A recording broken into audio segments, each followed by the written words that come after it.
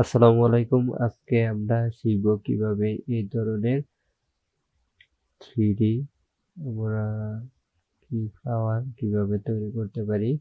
চলেন তা দেখি। আমার ইউটিউব চ্যানেলে নতুন হয়ে থাকলে অবশ্যই সাবস্ক্রাইব করবেন এবং শেয়ার করে অন্যকে দেখার সুযোগ করে দিবেন। এটা করার জন্য আমরা এই শেপগুলোকে রেখে দিলাম। এটা তৈরি করার জন্য আমরা রেক্টেঙ্গুলার শেপ নিব। শিফট ধরে শেপ দিয়ে নিলাম। ডিরেক্ট সিলেকশন সিলেক্ট করে এটা সিলেক্ট করব। শিফট ধরে এটা সিলেক্ট করব। এই দুই কর্নারটাকে মিডলে দিয়ে দেব।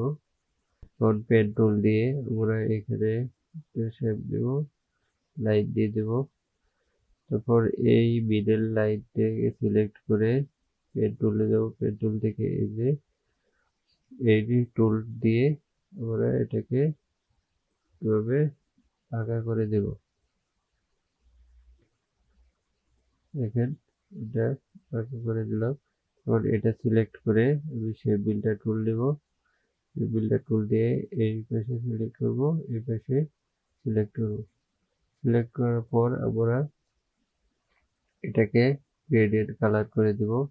গ্রেডিয়েন্ট কালার করার জন্য আমরা এটাকে সিলেক্ট করব। সিলেক্ট করার পর এই সাইডে আমি এই কালারটা দিব আর এই সাইডে হোয়াইট কালারটা দিব। তারপর একটু ছোট করছি, এইরকম একটি কালার আসবে। তারপর আমি এখানে সিলেক্ট করে এই কালারটা দিয়ে দিব। এই পাশে সিলেক্ট করে টপ শ্যাডো দিয়ে টপ আইকন দিয়ে এই কালারটা দিয়ে দেব। তারপর এখান থেকে আমরা রিভার্স গ্রেডিয়েন্ট করে দেব। দেখেন এই পাশে হোয়াইট, এই পাশে কালারটা অন্য কালার চলে আসলো, আবার এই পাশে হোয়াইট, এই পাশে অন্য কালারটা চলে আসলো। এই দুটাকে গ্রুপ করে দেব। গ্রুপ করে আমরা এইটাকে আমরা রোটেট করে দেব। রোটেট এখানে আমি অল্টার ক্লিক করে এই রোটেট পয়েন্টটাকে এই কর্নারে এসে ছেড়ে দেব। তারপর এখানে 360 ডিভাইড 4 দিয়ে দেখুন কপি করে দিলাম। তারপর কন্ট্রোল ডি।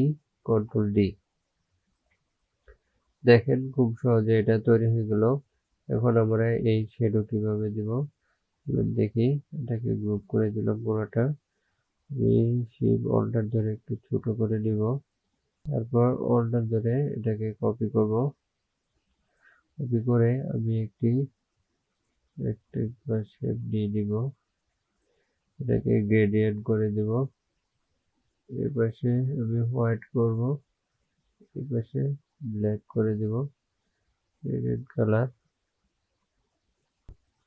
তারপর এই দুটোকে একসাথে সিলেক্ট করব। সিলেক্ট করার পর উইন্ডোজ থেকে শিপ অল্টার F10 এটা ক্লিক করে ট্রান্সপারেন্সি এখানে এসে আমি এই যে ব্যাক মার্কস করে দেব। তারপর এইটা সিলেক্ট করে